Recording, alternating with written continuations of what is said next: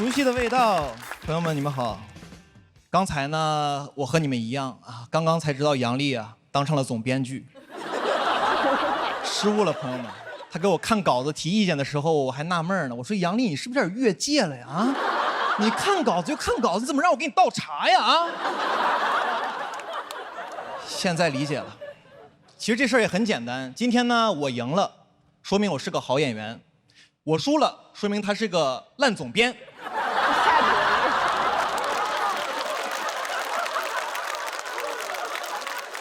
哎，讲讲好久不见了，然后讲讲去年。去年在我人生中发生一个特别大的事情，朋友们，去年我同居了，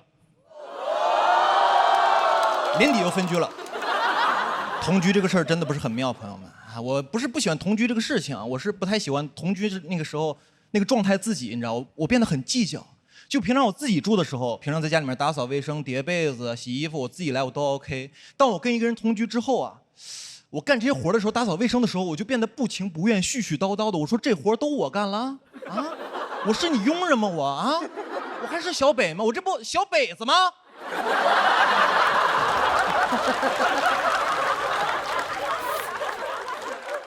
而且好多事都要迁就对方，你知道。我自己住的时候，我饿了，我自己订外卖吃就非常方便。当我跟一个人住的时候，我订外卖我就问对方，我说我饿了，我订外卖你吃吗？他说我不吃，我会重复的再问一遍，我说你确认这个外卖到了之后你也不饿吗？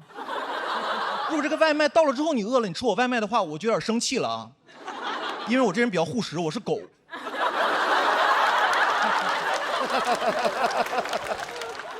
而且同居之后很多事都要分享，看电视剧你们要分享啊，就是吃饭的时候，假如你们吃饭的时候看2集电视剧，只要这电视剧你们看了2集，这个电视剧啊就不属于你一个人的了。啊，假如有一天你自己在家住啊，有点忍不住了，偷偷摸摸的钻进被窝里看第3集，朋友们，这个行为跟出轨没有区别。你永远要等另外一个人完全没有事情的时候，你们开始看第3集。后来我俩分手了，分手的第3天呢，我把《甄嬛传》全看完了。而且同居很多事我都受不了，处理不了。同居还有很多难免有一些摩擦嘛，生活中摩擦都还好，我最接受不了的就是晚上你们还要睡在同一张床上，太尴尬了，朋友们。我从来没有想过白天2个人互相说特别难听的话，恶语相向，你们晚上还要睡在同一间屋子里面，睡在同一张床上。我以前唯一知道的场所就是派出所了。而且那个气氛太压抑了，我在家里面都不敢大呼吸，我刷短视频都不敢笑。但凡你这个人乐观一点啊，说明你对这个争吵不是很尊重，你知道吧？当然有好的时候，热恋的时候，很多时候呢，看似很多很浪漫的行为，比如说一起抱着睡觉，一般就2种经典睡姿。第一种呢是男生平躺，然后用右臂啊环抱女生在胸口睡觉，等这个女生睡着半个小时之后啊，把这个右臂抽出来，然后甩一甩再睡啊，这是第一种经典睡姿。第2种经典睡姿呢，就是女生平躺，男生用左手环抱她，但右臂被自己压住了。我想了一下，这个右臂啊怎么睡都是废了。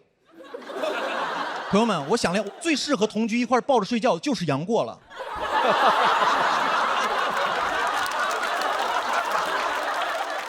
而且2个人睡觉真的不是很舒服，因为我属于神经比较衰弱的那种人，你知道，我觉特别轻，我特别怕旁边人发出动静，就打呼噜啊什么的。其实打呼噜打得匀都还好，我就怕那种打得不匀的，打着打着突然停了，我这神经衰弱，我能睡着，我噔一就起来，我说看眼鼻息，看眼鼻息，怎么没鼻息了呀？啊，我手麻了。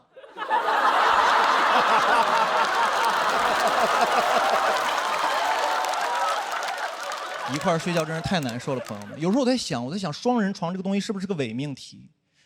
因为以前我在故宫里面看那些博物馆里面那些床，古代床都非常小非常窄，会不会有一天那古代的有一个那个做木床的人，然后他就想，他说哎呀，他说我们最近那个现在睡的床太小了，我们做个大床嘛，我做个那种5尺4的床，特别大，然后一个人在上面翻来覆去，睡得特别舒服特别爽那种。然后这个床我们就取个名字叫爽人床。爽人床。建国给写的呀。然后这时候一天津人进来了，他说这是嘛呀？这是双人床，这双人床得双人睡呀，朋友。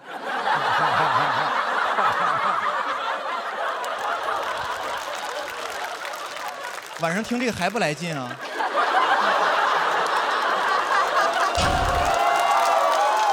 我要翻跟头了，朋友们。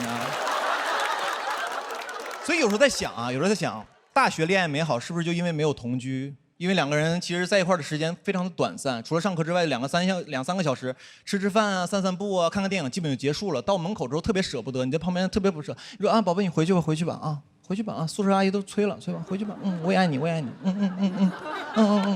转身之后回宿舍玩去了，你知道吗？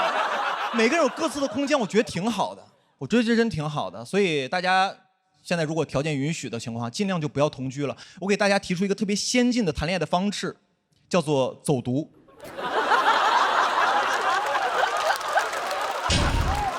走读真不错，朋友们，走读真挺好的。但是呢，劝大家也不要走太远，不然像我这样呢，很容易不小心就被开除了。谢谢大家，我是小北，谢谢。Hello， 大家好，我是小北。赛制很激烈，每次这种都是特别残酷。但是其实我们脱口秀演员私底下关系还挺好的，尤其是去年经常一块吃饭、抱团取暖什么的。一块吃饭互相安慰，然后经常吃饭的时候就聊天嘛，聊着没人聊的就聊点去年特别流行那个 MBTI， 你知道吧？有人就问我，他说小北你是什么 MBTI？ 我说我没做过。他说你不用做了，你就是快乐小狗，你就是快乐小狗，阳光开朗，就是快乐小狗啊！我回家做了一下，发现我是指挥官，说实话有点不满意，然后我又做了几遍，直到做成了快乐小狗。我甚至上网查了一下攻略，怎么做能够成为快乐小狗？我现在就是快乐小狗。有可能上升是指挥官，人说不准，你知道吗？一直以为自己特别开朗，直到去年发生一个事，然后改变了对自己的印象。去年我去剪头发的时候，剪着理发师跟我说小北你有点不对劲儿啊，你好像斑秃了。当时我第一反应我说你剪错了就剪错了，你说我有病是有点过分了。拿镜子给我一看，确实有点掉了几块啊，那个脑袋呀，就怎么说呢，有点像被那个机关枪扫过了一样，就突，你知道吧？这不好笑，突。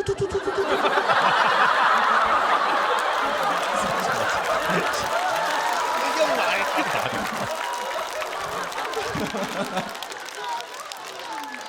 说实话，当时有点悲伤，你知道，看着镜子里自己，我就在想，我说我不是快乐小狗吗？和这狗是斑点狗啊？看着头上那几块空白，我就在想，我说这是什么呀？为什么会出现我身上啊？为什么我头顶会出现麦田怪圈啊？就怎么能那么整齐的掉一大片呢？我平常也掉头发，但是都是特别均匀的分布在各个地方。这次掉的也太集中了，感觉跟商量好的一样啊！有根头发就说，他说哥几个，我准备出去创业了，有没有人跟我去爱奇艺？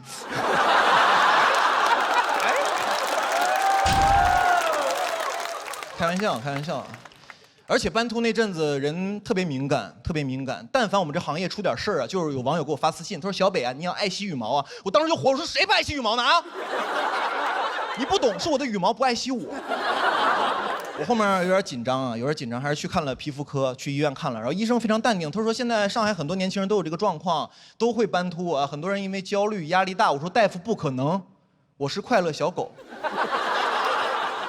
那大夫说：“先生，你不要着急，有两种情况，一种是你压力大、焦虑，还有一种情况呢是这个你血有问题，之后可能要做化疗。”我说：“你要这么说的话，我压力确实有点大。”我就非常着急，你知道，我就问大夫，我说：“我说大夫，我这怎么才能好啊？”他说：“你平常几点睡啊？”我说：“这个平常晚的话就是8、9点，早的话就是12点。”大夫说：“我有点没听懂。”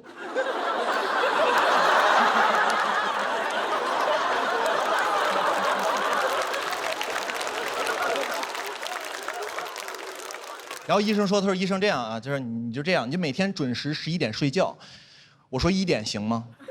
医生有点生气，医生说：“你怎么还讨价还价呀？”我说：“没你这么当医生的，我是诚心想好。12点半行不行啊？不行的话，我去隔壁看看别的专家。”你知道吗？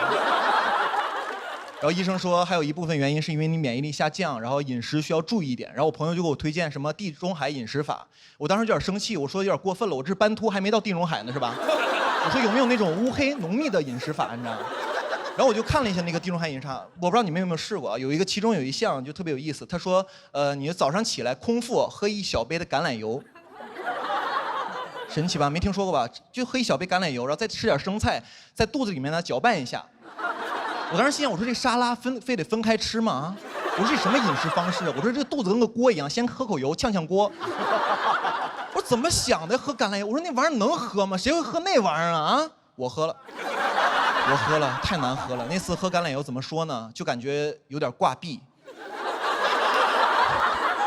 很多东西放到嘴里啊，一不注意啊，它就滑下去了。吃葡萄滑下去了，瓜子儿滑下去了，口香糖滑下去了，你知道吗？后来发现啊，这个牙线也没有那么难消化，你知道吧？然后网上还跟我说，他说健康的生活方式最好是那种饮食清淡、少油少盐、定期运动、适度交友。我说这个生活方式怎么跟狗一样啊？还有些人把那个自己那个体脂练得特别低啊，就感觉这个人啊特别的柴，你知道吧？我当时一看这人，我说柴犬。而且那些体脂特别低的人，我在想那些健身的人真的开心的吗？你们见过那些人吗？体脂特别低那种，跟穿个羽绒服一样。他们最开心的时候就是健身打比赛的时候，每次都这样。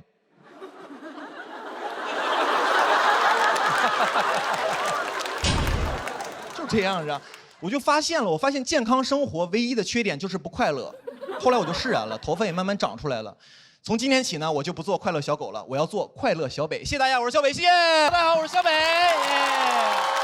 耶，大家好，大家好啊！今天确实就是行动有点不方便啊，前两天腰伤了啊，最近都没有人笑我太疯癫，都笑我腰不好，确实不太灵活。前两天我去健身房练了2下腰就伤了，我当时想，我想录节目，我保持一个好的精神面貌，结果就成这样了，你知道吗？当时呢，其实就是想状态好一点。结果越练越差，真的是南辕北辙，背道而驰，莫名其妙，朋友们。当时做了个力量训练，你知道，硬拉40其实对于一个成年男子来说，其实已经非常轻了。然后我跟大宅说，我说大宅，我硬拉40腰伤了。他说，北啊，是一边40吗？你这就不叫硬拉，你这叫滴溜。我跟你说，当时我硬拉的时候就走神了，你知道吧？我一不注意，啪就闪了。我当时走神正想呢，我说下一3段我写啥呀？啪一下就闪了。我说行，有了。然后我就直接去医院了，你知道吧？你们说巧不巧？这个医院呀，离健身房就1个路口，我都怀疑是一个人开的。但是确实当时走不了路了，比现在还严重呢。我就叫了个滴滴，然后上那个车的时候，滴滴第一句话问的都不是，他说那个先生你尾号多少？他问的是这么近你也打车？然后当时到了医院，真的人呢，真是。倒霉，喝口凉水都塞牙，你知道吧？我在医院路上走2步之后，手机就掉了。你知道这个腰伤了之后啊，这个腰我就弯不下来了，我就直着腰啊捡那个东西。怎么说呢？那个动作特别像蜘蛛侠上旱厕。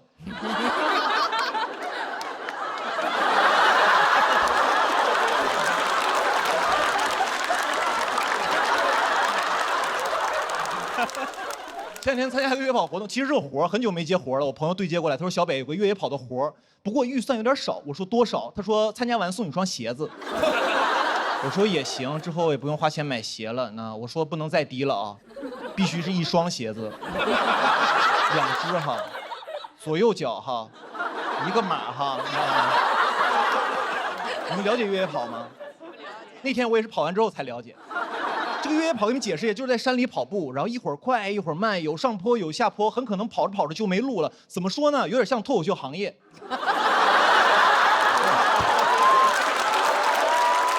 我说这个是我领域啊，跑一跑。那次我跑的是12公里，其实在越野跑里面算比较短的了，一般还有那种100公里的。当时我听100公里我都惊了，我说这还是运动吗？这不逃难吗？啊！当时出发前我跟我爷打电话呢，我爷说哦，他说这个现在要越野跑啊，我小时候叫闯关东。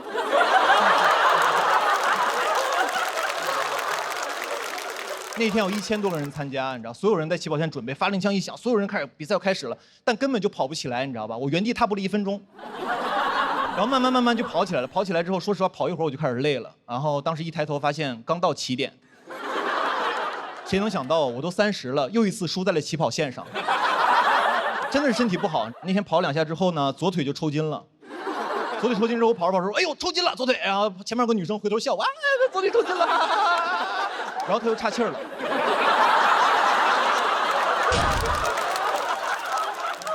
运动真的要专注，朋友们，你知道吧？看看我这个腰现在啊。那天我越野跑听到最多的一句话就是“让一下”，加油，让一下。听得我直生气，我心想你们骂人可真难听啊！但我又追不上，你知道吗？当时气得我直跺脚。后来右腿又抽筋了。而且这个越野跑中段的时候就进山里了嘛，山里面有一些村子，你知道吧？村子里面有很多老大爷就背着手看我们。看我们之后我还贫呢，我跟那个大爷说：“我说大爷，你看我们看吹不看吹啊？”那个大爷说好 City 啊。我说大爷你也太时髦了啊！我想请你喝一杯 Uncle Lau， 这可是大家都爱喝的国民白酒，老村长，口感柔不上头，真正纯粮酒，真的很 City。真润啊！然后那个越野跑非常长，然后中间就有几个补给站，因为我跑的确实有点慢啊，每次到补给站的时候，那个西瓜都被吃完了。每次那个补给站就给我留点西瓜皮，你知道吧？但你别说，累的时候真是吃啥都香。但我觉得这个补给身体啊，不如补给我的斗志。我觉得你补给点你就放点现金。你第一个补给点放100，第二个放300，你就递增。如果给我换成硬币铺一路就更好了。具体的可以参考《神庙逃亡》。那我感觉我能一直不停的跑，一直不停的捡钱，以后我在越野跑圈就有个闻风丧胆的名号，小北 AKA 暴走存钱罐。我呢，其实一直在队尾不紧不慢的跑，跑得有点慢，因为是个邀请的活动，中间呢，然后那工作人员还给我发微信，他说小北加油，终点等你。后来发的是小北你快跑2步，都等你下班呢。当然最后我还是完赛了，因为后半程呢我全力冲刺，因为他们最后给我发的微信是，他说小北你在哪儿呢？发个定位，山里有狼。那天回去之后呢，说实话我有点受打击。觉得还是要锻炼身体，不能被人笑话了啊！明天我就去健身房做力量训练，录节目我要保持一个好的精神面貌，不要干太猛，就硬拉40就可以。谢谢大家，我是小北，谢谢。Hello， 大家好，我是小北，耶，开心，朋友们开心，录节目有工作了，朋友们。去年很长时间我都是在家待业的状态，有一阵儿带不动的时候，想搞副业，想这个直播带货挺赚钱的啊。是不是可以改变一下命运什么的？狠狠搞了3个月，想着狠狠赚一把，朋友们，3个月挣了2000多块钱。我发现啊，这个脱口秀观众啊，很难在脱口秀演员这儿消费，他们唯一想消费的就是我。经常在我这儿出梗，你知道吧？经常问他说小北，那个，请问你这个链接里面的漱口水可以做可乐鸡翅吗？我说这个可乐鸡翅可能有点费劲，要不要你尝试一下做一下漱口水鸡？这。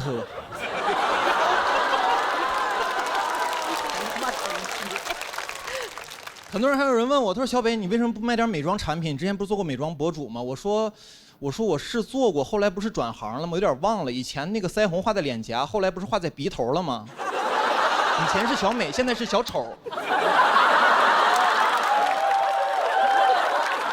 为什么不赚钱还直播呢？是因为直播有个隐性福利，就是会送一些小样什么的，你知道吗？那些东西用着用着呢就有点恐怖了，一下子把我的生活品质拉上来了。很多东西我都不用啊，比如说漱口水，我平常都用自来水漱口。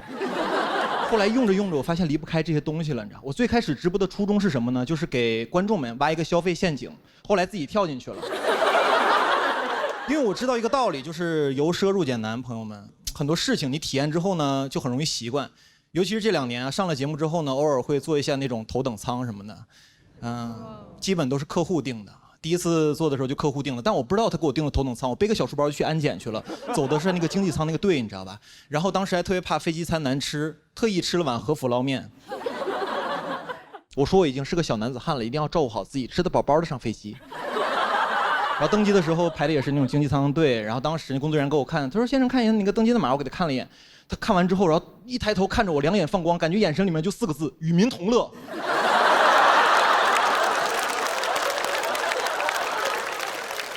然后我就继续往那个经济舱走，走的时候，然后空姐在门口说：“哎，先生，看一下你的位置。”看了一眼，她说：“哦，先生，你应该往左走。”我说：“左面是货舱吗？”他说您是头等舱。我说我是头等舱。他说对，您是头等。我说我是头等舱。那感觉就是哇，哥们儿，你混出头了，你知道吧？然后往左走的时候，说实话，当时还是穷人思维，你知道吗？往头等舱走的时候，我在心里想，我说这客户也太乱花钱了。我说订个经济舱就行了，你可以把钱折给我呀，对吧？但是当时还是想体验一下，到了头等舱之后非常新鲜，然后当时坐在那儿，这个很多东西都不一样，空姐也不太一样，你知道吗？当时我刚坐那儿，空姐啪一下就跑过来，然后过我旁边了，当时我都懵了，我说你要跟我求婚吗？还是？然后他非常熟练地说我的信息，他说你好，请问是林先生吗？我对，他说这个飞机是从上海飞往北京的，我说对，他说您是第2次乘坐我们航空公司，我说对，我说你怎么问我这么多问题啊？那个我还是河北秦皇岛人，我是13年读的大学，17年毕业，后来找不到工作讲脱口秀，对，我说这个东西也不是我定的，我说客户给我定的，我要是不行坐后面也行，那个我说你蹲着累不累？要不你坐会儿我蹲会儿。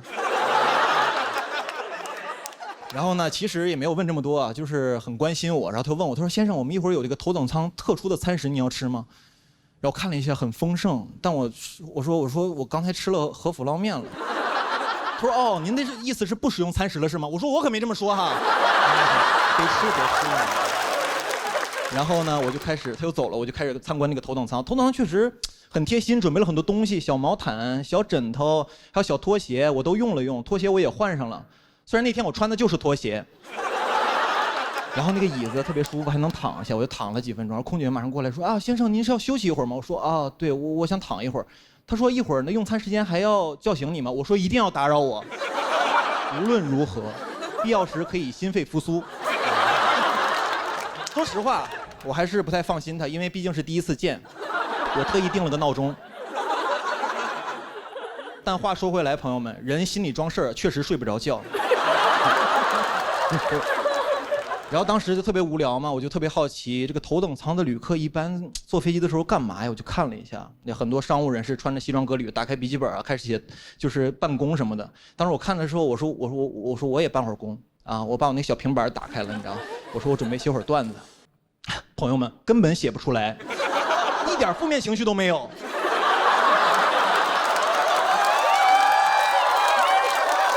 太开心了，甚至想写日记。今天我终于明白了一个道理，为什么有些脱口秀演员挣钱之后就变得不好笑了。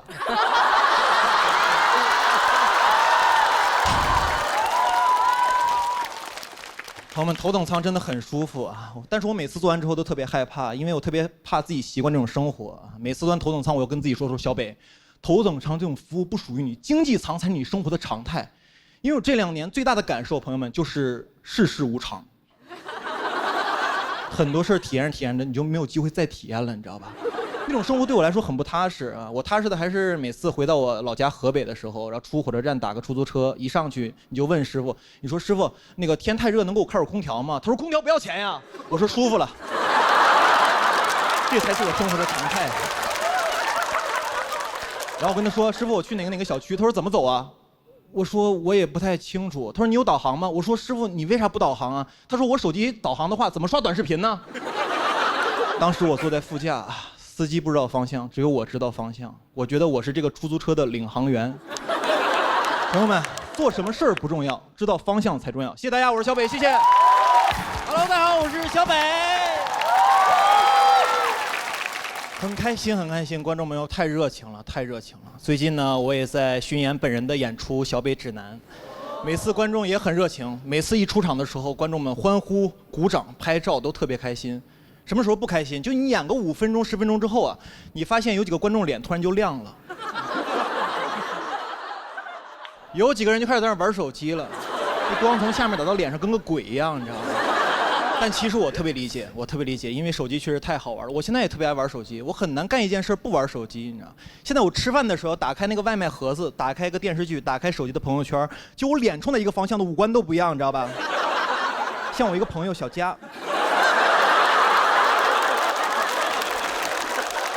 哎呀，而且这个电子设备现在有个功能，就是每天提醒你，就是用电子设备的总时长。他有一天提醒我每天玩电子设备的总时长是25个小时，我都懵了，你知道吧？我尤其喜欢刷短视频，现在短视频都有一个用户画像嘛，然后我的用户画像肯定特别奇怪，因为我平常喜欢刷一些 NBA 的视频，喜欢刷一些黑人笑话，喜欢刷一些冬泳的老头儿，我的画像很可能是一个喜欢黑皮体育生的老太太，很变态，但就是我。而且现在我玩手机玩都魔怔了，我看很多事儿都容易走神呢，比如看电影。今年有个电影叫《周处除三害》，你们看了吗？最后那个主角行刑的时候给准备了一桌子饭菜、香烟、啤酒，我就有一个问题，我说手机呢？我这顿饭没有手机我死都吃不下去，你知道吧？我现在太爱玩手机了，而且手机的信息量太大了，我玩不了手机我特别焦虑，特别着急。现在不仅我，很多人坐飞机没有网他都会焦虑，你知道。然后很多人在飞机上没有事儿干的时候就会打开自己的相册，回忆自己的生平。我前2年过得还挺好的，怎么去年怎么成这样了呀？啊！有一次我坐飞机的时候没网，特别着急，我突然就闪了一个念头，我说飞机怎么这么慢呢？我有这个想法几秒钟之后，我反思，我说小北这已经是最快的交通工具了，你知道？我在想飞机这东西刚发明出来的时候，也不是为了当载客工具用的，你知道？没准就是一帮极限运动爱好者。闲的没事儿干。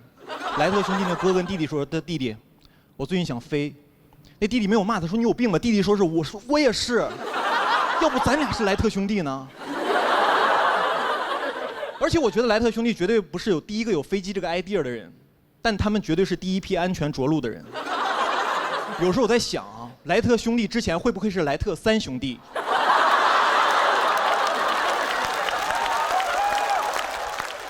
现在大家活都太着急了，经常下班晚高峰，那个高峰路上堵得死死的，然后就有一个人开始鸣笛，特别焦躁，也不知道在干嘛，也不是催谁，就是发泄情绪，你知道，哔哔一直摁，然后别的司机也开始摁喇叭，就一个开始叫，几个就开始回应，那个场景怎么说呢？有点像农村夜里的狗。我觉得现在大家路怒太严重了，我发小就是，你知道，但我发小路怒的特别均衡，就是他开车的时候会骂行人，走路的时候骂司机，但是走路的人和开车的人都会骂一种人，就是电瓶车。电瓶车骂谁呢？还是电瓶车。电瓶车这人太厉害了，不仅谁都骂，还哪儿都能去。机动车道、非机动车道、人行道，感觉在哪个道上都不太要命。我看出来了，这个电动车呀能混黑白两道。而且骑电瓶车的人，我觉得有一句人生格言，就是“道可道，非常道”。你问他谁说的，他特别自信，老子。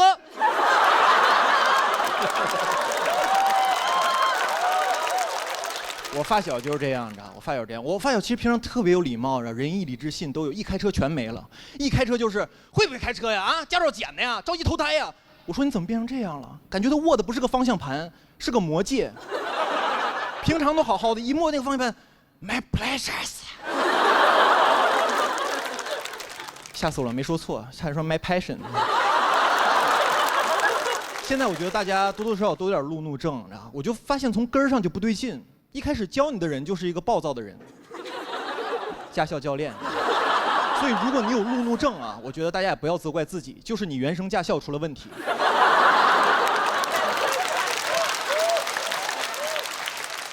朋友们，你们想一想，你们开车的时候是不是易怒，难以建立信任，感情冷漠，难以共情？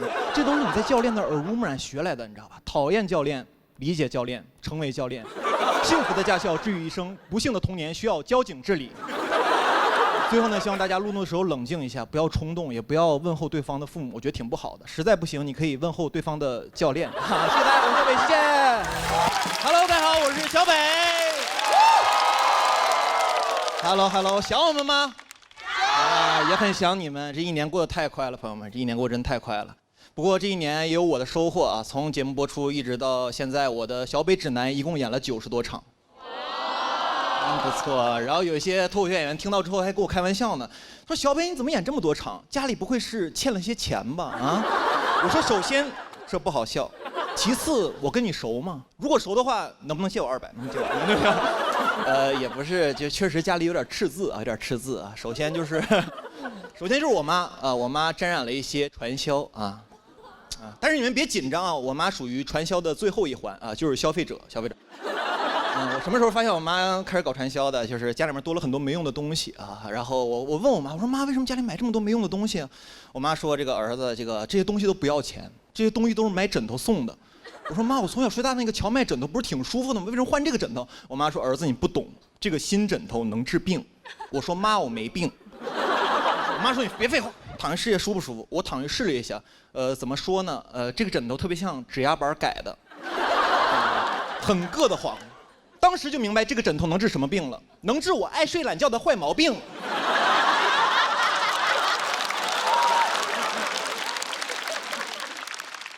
但是我爸从来没有抱怨过我妈一句，从来没有说过我妈一句不是。不是因为我爸这个人多善解人意，是因为他投资也失败了。我爸爸在2021年房市的最高点买了房子。我还清楚记得那个夏天，我回河北老家，我爸开车去机场接我。回去路上，我爸一言不发，脸色特别凝重，嘴上起了个大泡。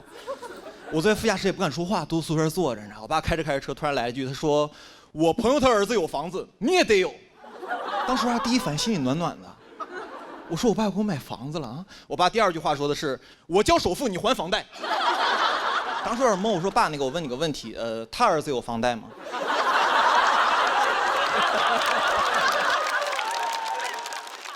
我爸说：“那没有。”说实话，当时有点无语，我就不说话了。我爸还劝我，他儿子，你不能这么想这个问题，你得这么想。他有的你都有，你有的他未必有啊。我说你跟我玩朝三暮四呢是吗？然后我爸当时给我拍了肩膀，跟我说了一句话让我记忆犹新。他拍着我肩膀跟我说的：“儿子，现在再不买房就来不及了，现在不出手，以后就很难出手了。”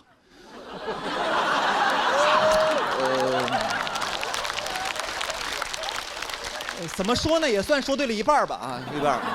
然后当时我就一直不说话，我爸还接着劝我，他说：“儿子，实在不行当投资了呗啊，这房子每年都涨，实在不行你过2年你不住，再给卖了，赚点钱什么的。”我家在河北秦皇岛，我们那儿有个特别著名的地产叫阿那亚。我跟我爸说，爸，实在不行在阿那亚买个房子，我听说那儿不错。我爸说，儿子，你可能很久没有回河北老家了，你对这个市场还不是很了解。阿那亚那地方离市中心多远呢啊？儿子，敢不敢打个赌？3年之内阿那亚必黄。还阿那亚呢？阿那亚再好，能有恒某靠谱？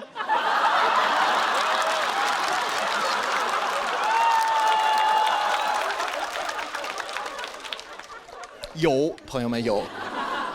我从小到大观察我爸，其实我爸对投资这个事儿一直属于特别稳健的状态。就房地产蓬勃发展这20年，我爸一直属于观望的状态。直到21年直接出手。你就说我爸厉不厉害吧，一出手就有。当时我真是感慨，朋友们，我说我爸真是高手，高手应该在高点入局。我爸特别像盖里一句歌词，就是老子一抬手就能摸到天。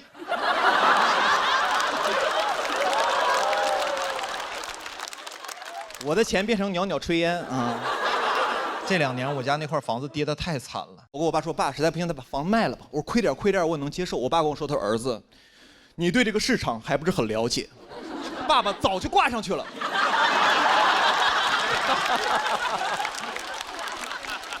我都懵了，你知道？但是我不能怪我爸我妈，确实不能怪他们。虽然他们是投资界的卧龙凤雏，但有句古话说得好，虎父无犬子。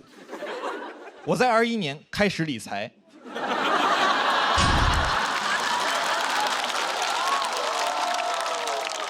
当时不知道从哪听一句话，感觉很有道理，就是鸡蛋不能放在同一个篮子里。谁能想到，朋友们，我们一家3口把鸡蛋全摔了啊！鸡蛋不能放哪儿？不能放篮子里啊，放地上啊！不要了，死了得了，你知道？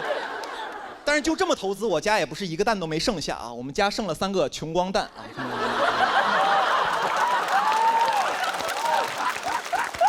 21年，正是我上节目的第2年，手里有点积蓄了啊。我有个朋友给我推荐，他说：“小扁，要不要搞投资什么的？”去年有个基金涨势特别好，涨了200%。朋友们听完我都懵了，我说那还讲毛线脱口秀啊？那玩意儿来钱也太慢了。聪明人就爱用钱生钱，买啊！当时特别果断。还有一个原因，就是因为当时我爸和我妈都不看好这个。我说这不就有了吗，朋友们啊？排除2个错误答案啊，剩下的 C 不就是正确答案吗？谁能想到啊？这个答案还有个 D 选项，以上全错。我最近看了一下，我买的时候好像是这个基金近10年的最高点。说实话，挺浪漫的。这个基金在最美好年纪遇见了我。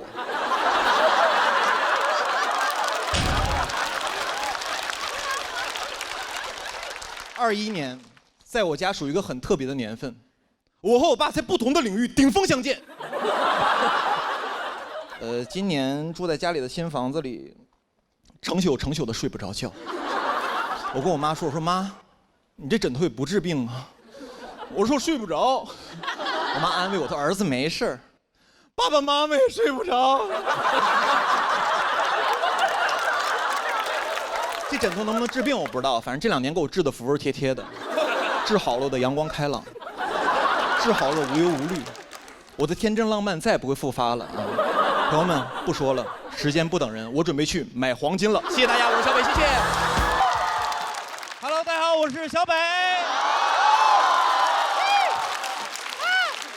太棒了，朋友们，知道现在几点了吗？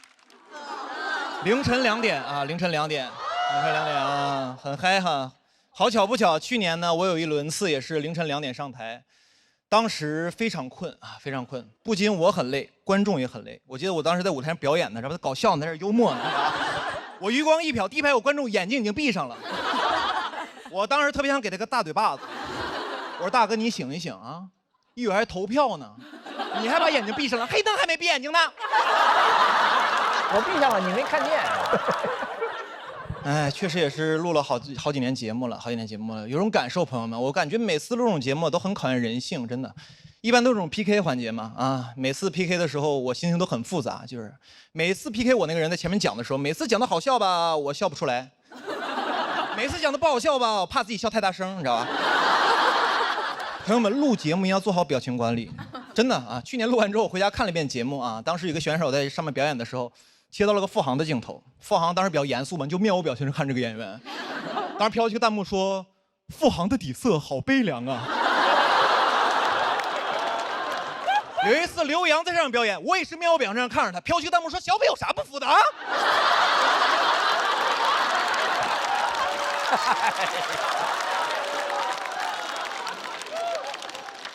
朋友们，我也悲凉啊！你们可能不了解我内核也是悲剧，你知道吧？我真是服了。每次录这种节目，主持人也特别欠。每次一个人表演完之后，然后说那个谁不服啊 ，PK 一下，梆梆梆站起几个人，主持人特别欠，主持人要 Q 一个问题：你今天为什么选择这位选手 PK 呢？大家就开始编一些莫名其妙的理由，因为我们都是北京的演员。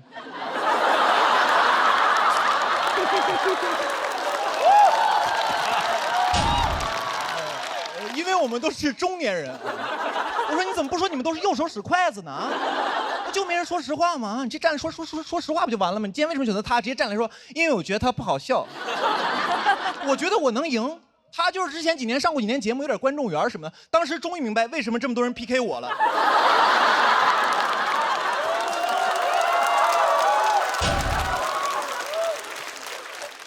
而且演员每次参加这个节目都很体面。每次这种 PK 结束，赢的人、输的人站在台上，赢的人都很体面。每次赢的人要帮输的人找补两句。每次一比完，赢的人在旁边说：“其实他线下是个特别好的演员。”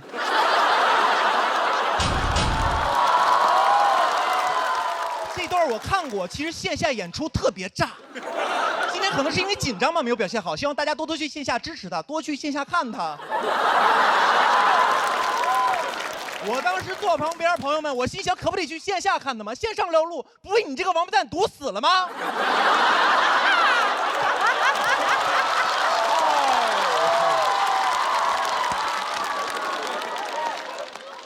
而且都输成那样，谁想去线下看他呀？不都想看你吗？我就没有见过哪个观众脑回路特别惊奇的。看完一个综艺之后，在那想，哎呀，与其线下看看呼兰，不如试一试姜子浩呢。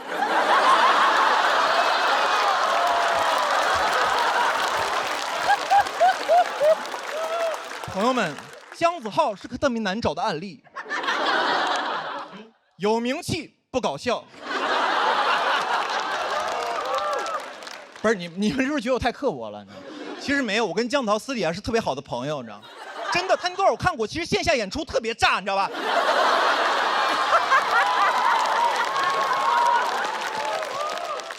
希望大家多多去线下支持他的粤语专场，好吧？其实身边的人，这个有些朋友总有人劝我，他说：“小北，你录节目的时候 real 一点。”他说：“真实的人很招人喜欢。”我说 real 是什么样子？他说 real 的人就是你开心的时候就有什么想法都说出来，你开心的时候开心，难过难过，生气的时候你就骂。我说那不就是翟佳宁吗？我说这种人也不是很招人喜欢吧？啊？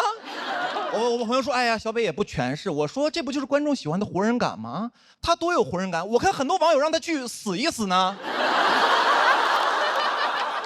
大家小时候都看过一个这个童话故事，叫做《皇帝的新装》啊，告诉大家做人要诚实。其实我长大之后又看了一遍啊，上班之后我其实特别能共情那些哄骗皇帝的大臣，我觉得他们太不容易了啊！项目做得好好的，都快结束了，突然路边来个小孩说：“我觉得这个项目有问题。”我当时大臣我都气死了，我说有啥问题啊？领导满意，进程顺利。我说就你聪明，就你明白，难道我们这帮人不知道这个项目在裸奔吗？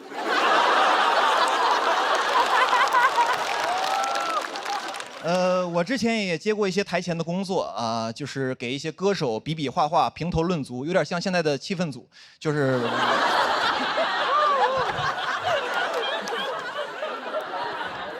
然后当时呢，一个歌手表演的是自己的一个原创曲目啊，然后唱一会儿就忘词儿了。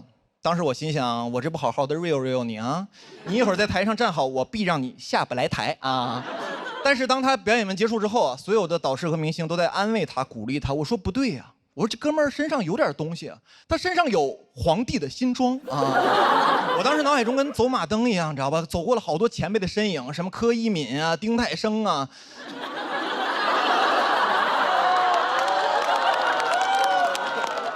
我说我不能步他们的后尘啊，别最后整的活人感有了，活没了，你知道吗？当时心想这不行，我说你们几个从我脑海中出去，何炅、汪涵进来。当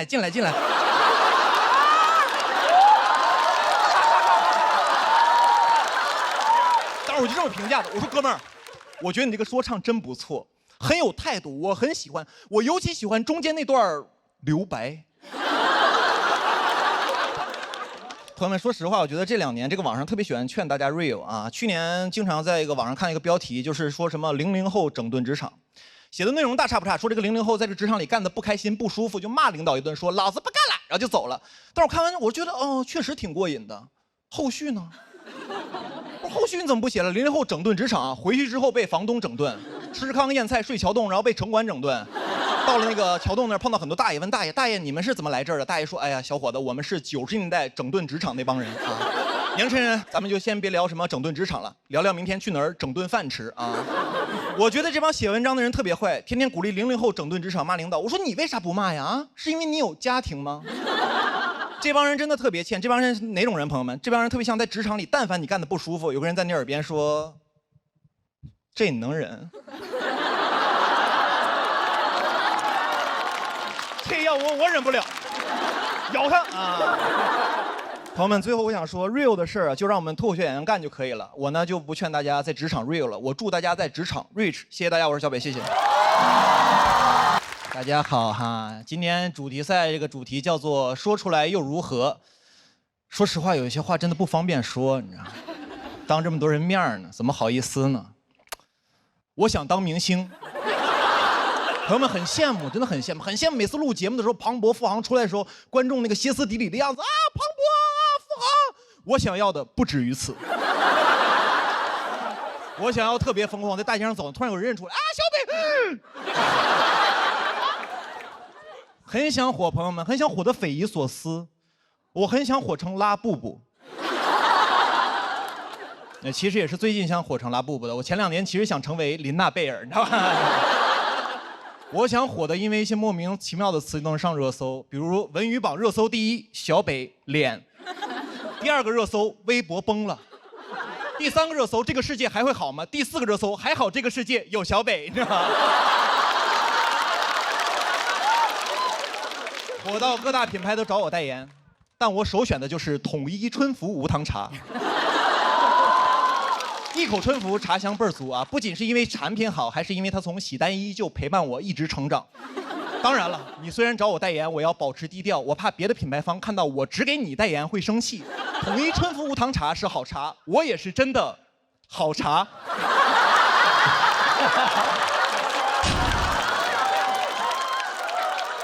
商务写的都这么好笑，你说说还得了啊？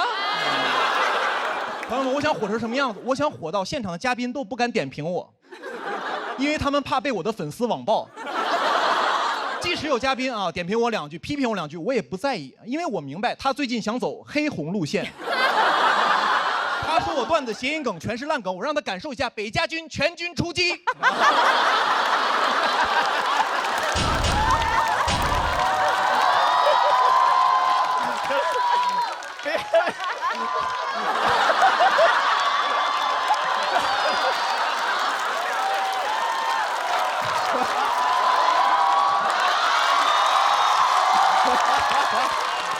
哎呀，而我没有这样的粉丝啊。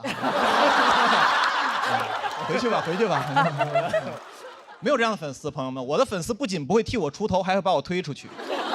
我记得有一次我被饭圈的粉丝骂啊，我的粉丝都赶紧评论，他说你们就骂小北就好了，这事儿跟我们没关系哈。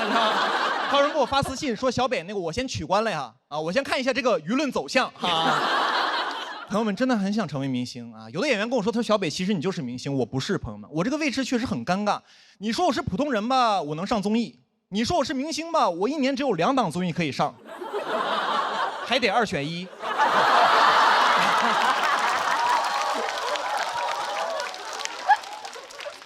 我真的是不算明星，朋友们，我顶多算一个知名老百姓啊。但我确实接过几个活啊，有过几次这个明星的体验券啊，每次感觉大家都非常好，对我都很在意。我记得有一次我去拍戏，刚进那个片场，所有人都对我特别尊敬，说小北老师好，小北老师好，小北老师好。当时没走2步呢，已经桃李满天下了。对你也是嘘寒问暖啊。刚才坐在休息室啊，问我北哥那个你想喝点什么咖啡啊？我说都行。他又特别贴心，点了一杯美式，点了一杯拿铁。然后我说你想喝哪杯你就先拿一杯吧。他说他也都行，我俩就僵在那儿了。他特别怕我不好意思，我也特别怕他不好意思，我就最后没办法了。我呢最后呢2杯都喝了一半。中间休息的时候啊，所有演员都在室外等着，因为我是主角嘛，我有个商务车可以待着。当时进了那个商务车，朋友们，很舒服。进了那个商务车里面，吹着空调，看着车里的零食，再看看外头暴晒的演员，朋友们，说实话，心里很不是滋味，你知道吧？我也是看不了别人受苦，我赶紧跟司机说：“我师傅，赶紧把门关上吧，赶紧。”人都变善良了，你知道。朋友们，当明星真的很容易受到特殊照顾啊！我今年还去北美演出嘛，当时主办方把我当真明星了，带我去了个特别高端的商场，里面全是我买不起的奢侈品。我说这也没啥好逛的呀，啊？他说北这还没啥好逛的。我说对呀，我说这商场怎么连北面都没有啊？这也太不给我小北面了啊！朋友们，真的当明星干什么都容易被夸。那天我虽然什么都没买，但没有工作人员说我穷，他们只夸我低调、热爱运动，你知道。朋友们，人总被夸就很难听进去那种批评的话了。我第一赛段输给了门枪，工作人员都安慰我，他说：“哎呀，北开场确实不容易，这个票是容易受影响。”只有我的真朋友跟我说，他说：“小北啊，你这段确实没有人家门枪那段好笑。”当时我就开始反思了，我当时怎么交了你这么个朋友啊？我就有点生气了。他跟我说：“北啊，你消气，忠言逆耳。”我说：“哦，逆耳就是忠言是吧？那我有句话跟你说，滚！”给我气的。但我这个朋友追星，朋友们，他虽然不心疼我，但是他心疼他家的哥哥。有时候跟我讲，他说其实明星很辛苦，小北，明星很辛苦，每天通告很多，作息不规律，熬夜，连续加班，甚至会脱发。我说我身边人都这样啊，你不强调这个职业，我以为是程序员呢。哎，他说真的很辛苦，明星很多平时的这个压力大，很容易焦虑、抑郁。我说哪个行业都容易焦虑、抑郁啊？我们脱口秀行业就容易焦虑、抑郁。如果你们了解我们脱口秀行业的话，你们知道我们很多演员讲脱口秀之前啊就有抑郁症，有的讲着讲着得了抑郁症，有的一开始有抑郁症，讲完脱口秀之后好了，没红又得了抑郁症。我说明星不容易，你朋友我也不容易啊！我就没见过哪个明星啊抑郁症之后去挂号的，那不都挂在热搜上了吗？而你的朋友连号都挂不上。其实我觉得大家喜欢明星啊，就是挺好的，但不用心疼明星，多心疼自己身边的人啊，因为明星其实过得还不错啊。大家相信我，因为我当过明星。谢谢大家，我是小北，谢谢。Hello， 大家好，我是小北。很开心啊！最近呢，我不是快乐小狗了，我是快乐狗爹。最近养了个小狗，然后朋友教我怎么养嘛啊，3个月大小狗吃的有营养一点，让我吃什么什么鸡蛋、鸡胸肉、胡萝卜。我说在上海确实不一样哈，狗改不了吃 brunch。我朋友说再大点可以给它办狗证了。我说什么叫狗证？他说狗证就说明它是条上海狗了。我说这么快就落户了？朋友们，我来上海快7年了，我还没落户呢。我说他凭啥呀？凭他可爱。凭他能给人带来情绪价值。我说我的工作就是给人带来情绪价值。弄了半天他是快乐小狗，我是河北土狗是吧？我朋友说狗办狗证很简单，打狂犬疫苗就可以。我说我也打狂犬疫苗了。我真的有点嫉妒他现在。你知道有时候在外头溜达的时候我有点吃醋，我想报复社会，我有时候想咬路人一口。还好当时有狗绳牵着我。当时那狗一回头，眼神里感觉就说了一个字 ：no。一个普通人确实在大城市很难落户啊，但是一些品相好年轻人还是不一样。比如有一些海外留学背景的啊，这种算血统比较优良的。我当时有点难受，我说我血统也挺优良的，我是土生土长的河北人，而且我每年参加脱口秀比赛，我说我属于赛级河北人。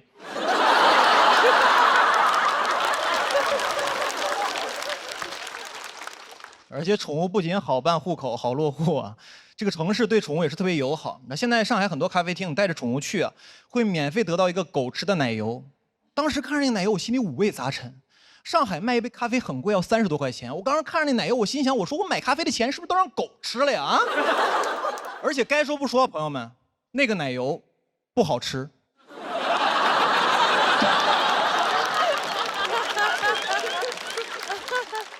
然后我就想给它养得好一点嘛，上网我会看很多关于养狗的小秘籍，给它养得好一点。网上有个写的很有意思，他说给狗做绝育手术之后，狗能够多活2到3年，狗的性格会变温顺。我在想，那些狗如果知道自己脾气暴躁的后果是这样的话，他当时肯定说：“你等会儿，我觉得我的脾气还可以克制一下。”然后还有说这个狗狗做绝育还有好处，就是不会乱尿尿了。我说尿那儿也听你人类的，又要听你话，又要绝育，以后别说狗是人类最好的朋友了啊！什么忠犬八公啊？你人类想要的是忠犬八公公。网上说给狗做绝育还有个好处，就能避免流浪狗的问题，因为一只狗1年要生12条小狗，3年下来反反复复会生出上百条小狗。我说你不能因为这个问题复杂你就这么对狗吧？啊，这件事儿非得从根儿上解决问题吗？我觉得人真的为动物好啊，就不要把人类那个审美强加在动物身上。比如说柯基，柯基本来有尾巴，它尾巴有这么长，因为人类觉得就是不好看，然后给剪成这么短了，你知道？我觉得对柯基这个状态都不太一样了。剪完之后，你知道吧？有的大尾的柯基显得都很友好，摇着尾巴跟打招呼啊，你好你好。断尾的柯基就显得很消极，说啊小柯基，那柯基这样。No 啊。